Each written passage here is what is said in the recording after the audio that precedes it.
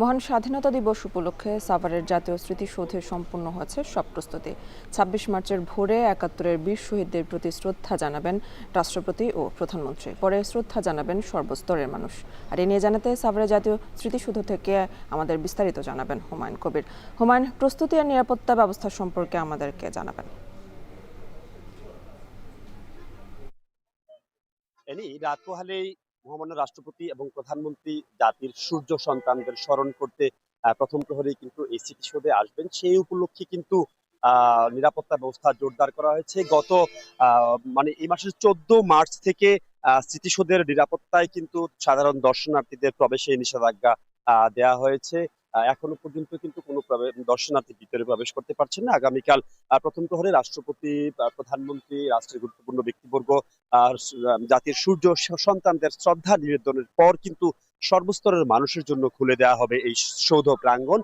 এবং সেই লক্ষ্যে কিন্তু পর্যাপ্ত নিরাপত্তা ব্যবস্থা নেওয়া হয়েছে আইন শৃঙ্খলা বাহিনীর পক্ষ থেকে।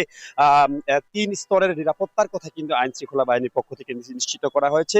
আমিনবাজার থেকে স্মৃতিসৌধ এলাকা পর্যন্ত কিন্তু র্যাব, পুলিশ, সেনাবাহিনী সহ সাদা পোশাকে অন্যান্য বাহিনীর সদস্যরা দায়িত্ব পালন করছেন এবং মানে সর্বোচ্চ নিরাপত্তায় চাদরে কিন্তু ঢেকে দেওয়া হয়েছে সৌধ প্রাঙ্গণ। এছাড়া আমরা দেখেছি গত 14 তারিখ থেকে কিন্তু সৌধর বেদির যেই পাশে রং তুলির আঁচড়ে কিন্তু বিভিন্ন জায়গাগুলো সাজানো হয়েছে, ধুয়ে মুছে পরিষ্কার করা হয়েছে, সিসি ক্যামেরাগুলো পরিষ্কার করা হয়েছে, পাশাপাশি বিভিন্ন রকমের ফুলের চারা কিন্তু রোপণ করা হয়েছে এই সৌধ প্রাঙ্গণে। তবে আমরা দেখেছি যে 14 তারিখ থেকে যেই নিষেধাজ্ঞা রয়েছে দর্শনার্থী, সেটির কারণে সাধারণ আমরা যদি দেখাই বাইরে কিন্তু এখনো পর্যাপ্ত দর্শনার্থী রয়েছে। তারা কিছুটা ক্ষোভ প্রকাশ করেছেন। তারা বলছেন যে নিরাপত্তার কারণে যে 14 তারিখ থেকে বন্ধ ঘোষণা করা হয়েছে, নোটিশ গেটে অবসর টানানো রয়েছে, সেটি কিন্তু তারা গেটে এসে পরিবার পরিজন সহ আসার পর দেখতে পাচ্ছেন। তো তারা বলছিলেন যে এটি যদি আসলে একটু গণমাধ্যম কিংবা প্রচার মাধ্যমের মাধ্যমে সেটিকে প্রচার করা হতো তাহলে হয়তো তাদের এই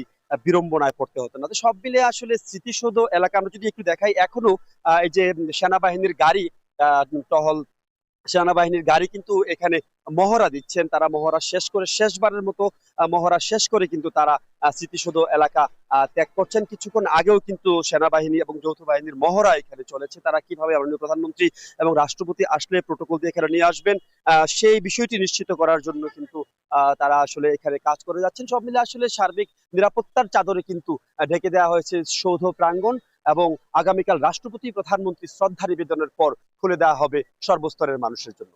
এই ছিল স্মৃতিসৌধের সর্বশেষ প্রস্তুতি নিয়ে আমার কাছে বিস্তারিত। সাভারের জাতীয় স্মৃতিসৌধ থেকে যুক্ত ছিলেন সহকর্মী হুমায়ুন কবির। এর মধ্যে